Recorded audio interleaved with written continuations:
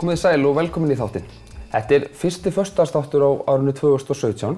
13. í dag og við erum svona að sjá hlutina að komast aftur í fyrra horf eftir jólahátíðina. Og þátturinn verður dálítið litaður af því. Við ætlum svona aðeins að spjalla við fólk sem að fara í spennandi verkefni á árinu. Fáum til mig fulltrúa frá listasafninu á eftir, en það eru spennandi verkefni að fara þar af stað. Sömuleiðis símenntunarmiðstöð Eyjafjarðar og þá fæ til mig líka fulltrúa frá skátunum, en þeir eru 100 ára á þessu ári. Við ætlum eins og að byrja á dálítið alvarlegri málum. Sjúkraflug hefur verið mikið í umræðunni upp á síðkastið. Umræða sem kannski náði hámarki milli jól og nýjárs þegar sjúkraflugvél gat ekki lent í Reykjavík vegna snarprar vindáttar. Ég kom með menn til mér sem þekkja þessi mál ágætlega, Þorkell og Sigurður, sælir. Þorkell, nú varst þú í þessu flugi milli jól og nýjárs. Við myndum bara byrja á því svona. Hvernig bar þetta að garði? Af hverju var ekki hægt að lenda í þetta tiltekna skipti? Þetta bar þannig að við vorum komin til áfangastaðar á Austurlandi þar sem við sóttum sjúkling. Hann þurfti að komast til Reykjavíkur. Veðurskilyrðin voru þannig í Reykjavík að þar var ekki hægt að lenda. Við hefðum hins vegar farið og vandræðalaust þangað ef við hefðum getað lent á Neyðarbrautinni sem lokuð fyrir okkur. Það svoleiðis. Neyðarbrautin þessi vindátt hefði ekki haft þannig áhrif að Neyðarbrautin hefði lokast? Alls ekki, hún stóð beint á þessa Neyðarbraut, þannig að hún hefði bara einmitt verið mjög heppilegur lendingarstaður. Ég var að bræða þetta með mér alla leiðina í þessu útkalli, hvernig þetta yrði, hvort ég kæmi suður og stefndi að því að fara suður og lenda þá á Suðurbrautinni, braut 19. En svo þegar við skoðum áfram upplýsingar við skilyrðin, þegar við vorum lendir þarna á Austurlandinu, þá kemur það í ljós að þetta komið út fyrir mörk fyrir okkur og við gátum ekki lent. Reykjavíkurflugvöllur lokaðist bara. Hvað þýðir það? Komið út fyrir mörk? Hvað erum við að tala um í? Þá erum við að tala hliðarvinsmörk, því að flugvélin okkar eins og allar flugvélar háð ákveðnu hámarki í því. Þetta sem við köllum hliðarvindsstuðul. Hliðarvindur var sem sagt í efstu mörkum sem að vélin okkar þolir við þessa suðurbraut og ennþá lengra út fyrir það á öðrum brautum. Ofan í kaupið var hálka, það var sem sagt blaut flugbraut og það byljóttur vindur þannig að mörkin ekki einu sinni skýr. Þau eru rokkandi, þetta ekki föst stærð þannig að við þurfum að gera ráð fyrir einhverjum vikmörkum í því. Nú myndi kannski einhver segja að þetta voru alveg sérstakar aðstæður veðurfarslega séð, en nú erum við að horfa upp á bara akkurat núna í þessum töluðu orðum að það svipað ástand að koma upp, er það ekki rétt? Nákvæmlega, við erum með samskonar dæmi í gangi núna. Hér sem sagt hjá okkur sjúklingur sem að þarf að komast suður og hefðu þurft að fara í gær og það hefði verið hægt að fara með hann strax í gær ef við hefðum haft þessa Neyðarbraut. En hann bíður enn hjá okkur því að það ennþá lokað fyrir okkur þarna fyrir sunnan. Sigurður, nú ert þú framkvæmdastjóri lækninga á sjúkrahúsinu. Þetta tilvikandi milli jól og nýjárs, þá var sjúklingur í það sem kallaði fyrsti forgangur. Hvað átt við með þessum forgangshugtökum, forgangur 1–4 eða eitthvað, hvað þýðir þetta? Já, það verið að reyna að skipta upp þegar það verið að kalla út bæði sjúkraflug og aðra sjúkraflutninga í forgangsröð eftir í hvað mikið liggur við í raun og veru. Og þetta þá, vaxandi bráðleiki eða í öfuri röð getum við sagt, þannig að forgangur 1 þá að það bara sem allra fyrst því að það liggur heilsa og líf við oft á tíðum í þeim tilfellu að mati þeirra sem kalla út og síðan fer þetta þá aðeins minnkandi eftir í, til dæmis eins og forgangur 4 yfirleitt þá það sem við kallum millistofnaflutningur sem að getur verið bara skipulagður þess vegna með dagsfyrirvara. En forgangur 1 það eru þá alvarlegustu tilfellin að mati þeirra sem hafa sjúklingin í höndunum hverju sinni. Og það getur verið hérna á sjúkrahúsinu, það getur verið heilsugæslulæknirinn á Vopnafirði, hann með sjúklingin í höndunum, hann metur ástandið, hann hringir í neyðarlínuna og óskar eftir því að fá flutning fyrir þennan sjúkling á annan stað þar sem hann fær viðeigandi meðferð og metur ástandið oft í samráði líka við lækna, annarkvort á Landspítalanum, stundum sjúkraflugslæknin og við sem eru kallaðir út í þetta, við höfum yfirleitt líka samráð við læknin sem kallar út. En hann byrjar að setja útkallið á stað og metur það út frá því sem hann með höndunum hversu mikill forgangur og hringir í Neyðarlínuna og þeir koma sér saman það. Getur nefnir eitthvað dæmi veikindi eða slys eða slíkt sem myndi flokkast í fyrsta forgang? Já, það eru í rauninni til dæmis allt sem lífsógnandi getur við sagt. Þú veist, það eru alvarleg hjartaáföll, það eru heilablæðingar, það eru yfirvofandi fyrirburafæðingar og annað þvílíkt. Þetta eru allt hlutir sem myndir flokkast undir forgang 1 vegna þess að þar skiptir tíminn í rauninni nánast orðið öllu máli að koma sjúklingi á rétt meðferðarstig sem fyrst. Og það er þá væntanlega óskastaða að koma slíkum sjúklingum á Landspítalann, væntanlega. En í þessu tilviki var farið með sjúklinginn til Akureyrar. Já. Og að því að mér skilst blessaðist það allt saman. Er sjúkrahús á Akureyri þá nægilega vel í stakk búið til að takast á við þessi tilvik? Sjúkrahús á Akureyri er nægilega vel í stakk búið til að takast á við það verkefni sem sjúkrahús á Akureyri sinnir, getum við sagt. En það eru sum verkefni sem eru ekki til meðferðir sem ekki til staðar á sjúkrahúsinu á Akureyri. Og ég nefni sem dæmi að við erum ekki með heil- og taugaskurðlækningar, við erum ekki með hjartaþræðingar eða brjóstholsskurðlækningar og svo er vökudeild, sérhæfð vökudeild á Landspítalanum sem ekki á sjúkrahúsinu á Akureyri.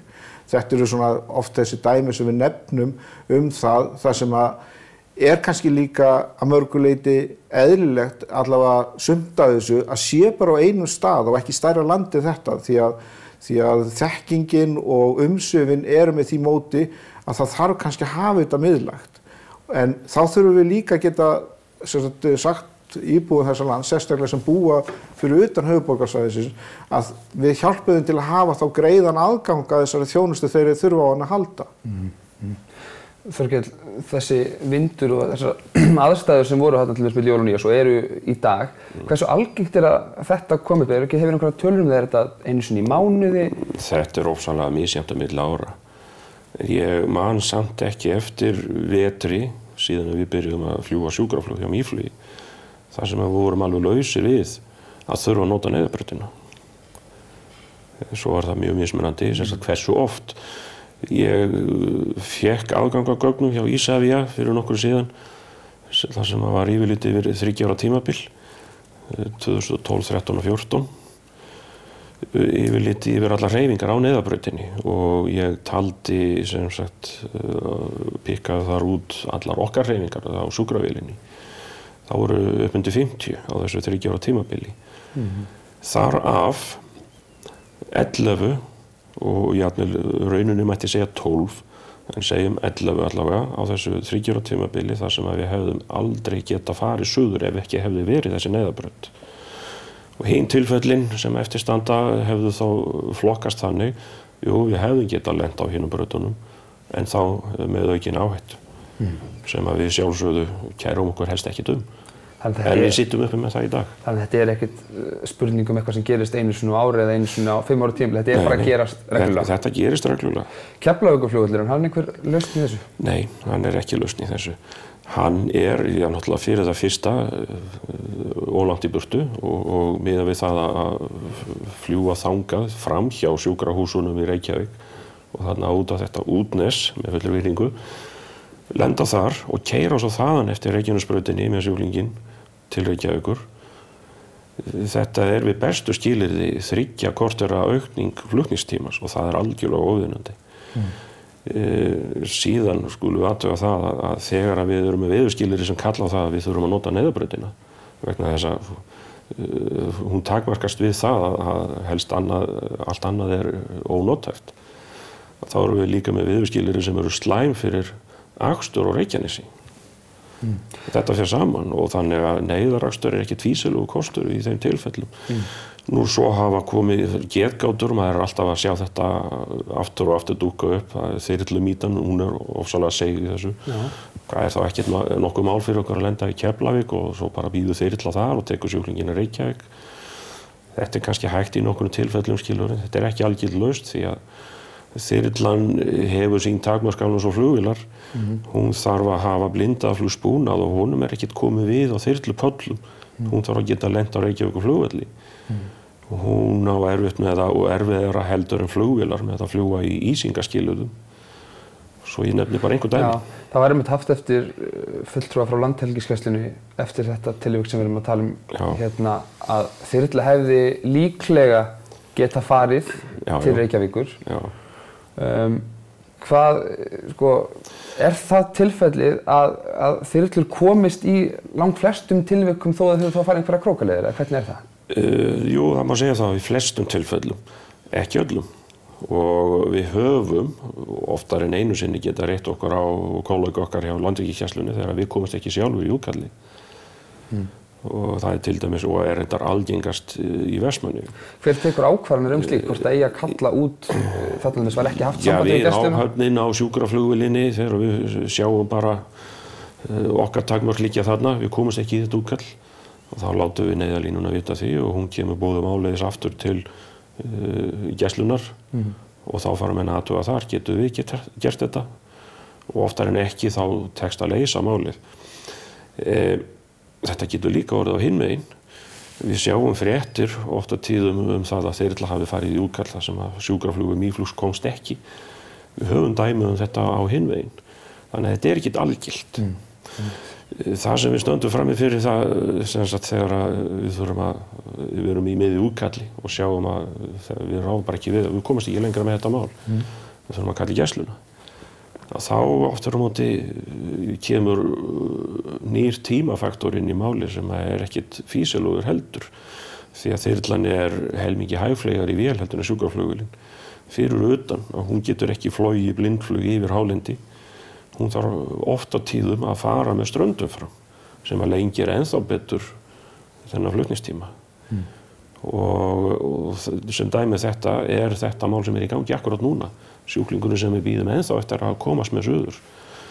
Hann er líklega að nálgast tímamörk þar sem að hann bara verður að fara suður. Við þurfum að fara að klára þetta mál. Þá er líklegt að verði kallað á... Það getur farið svo, við þurfum að fá þyrluna til þess að sækja hann.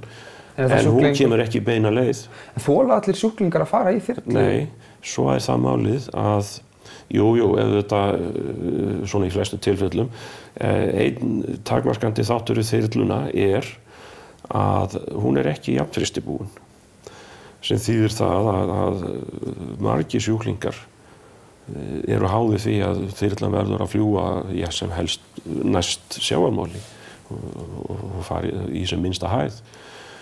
Öll höfuðmeiðsli eða veikindi í höfðu, heila blóðfall, þola ekki þrýstingsbreytingar, loftbrjóst og fleiri einstök tilfelli eru mjög háð því að það sé hægt að halda þrýstingi borð eins og er hægt í sjúkrafluginu þó hún fljúgi hátt.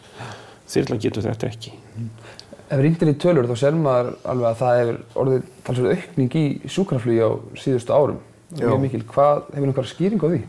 Það eru eflaust margar skýringar á því og ein skýring er sá að við höfum til dæmis bætt við okkur hluta af landsvæði eins og Vestmannaeyjar sem var áður með sína flugvél.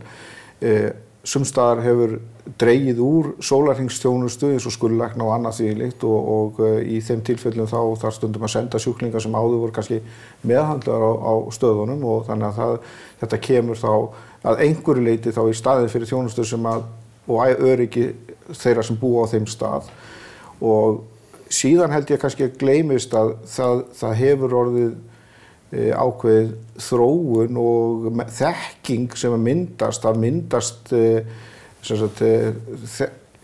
fólk veit af þessu heilbrigðisstarfsmenn, heilsugæslulæknar og aðrir sem eru í dreifðari byggðum þeir vita af þessum kosti og það að þetta eykst segir okkur kannski líka að þeir meta þessa þjónustu, þeir vita hversu virðið hún er og vita að þetta er kannski oft á tíðum besti kosturinn fyrir sjúklingana þeirra og ég verður bara að segja alveg svo sko að svona á þess að fara að blanda mér í þessa pólitík mjög mikið þá upplifði ég það á sínu tíma held ég eins og flestir aðrir að það væri heiðursmannasamkomulag það að halda virkni Reykjavíkurflugvallar eins og hann var þangað til að annað jafngott eða sambærilegt væri komið í staðinn.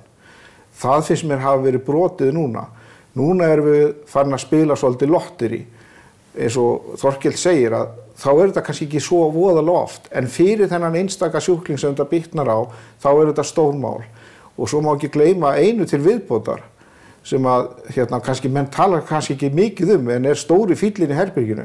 Þetta á eingöngu að vera fyrsta skrefið að loka öllum vellinum. Þannig að, og þá erum við komin í stöðu sem að ég held að við viljum alls ekki finna okkur í ef að síðan ekkert annað sambærilegt kemur í staðinn eins og var upphaflega lofað. Þá erum við virkilega komin í, og þá erum við virkilega búin að draga úr, myndi ég segja bara lífsgæðum á landsbyggðinni, á kostnað landsbyggðarinnar. Þetta mikið hittamál nú hafa mörg sveitarfélög á landsbyggðum ályktað það að það verði gripið til aðgerða og opna neyðarbrautina aftur. Þú sem flugstjóri, ef þú metur þessi neyðarbraut, hvað þarf að gerast? Væri hægt að opna hana bara núna, krefst hún einhvers viðhalds? Hversu flókið að opna hana ef það ákveðið að gera það í dag? Það ekkert flókið. Hún þarna til staðar, hún stráheil, ljósin eru flestöll ef ekki öll ennþá með henni. Það þarf bara að kveikja á þeim og bjóða heim í lending. Og þá get ég farið og lenda á henni. Ég held að komast ekki lengra með þetta, þú getum örugglega rætt þetta mun lengur. Þorkell Ásgeir Jóhannsson og Sigurður Einar Sigurðsson, þakka ykkur kærlega fyrir komin í þáttinn. Takk sömuleiðis. Takk sömuleiðis. Og við höldum áfram eftir skammastund, þá ætlum við að spjalla símenntunarmiðstöð Eyjafjarðar.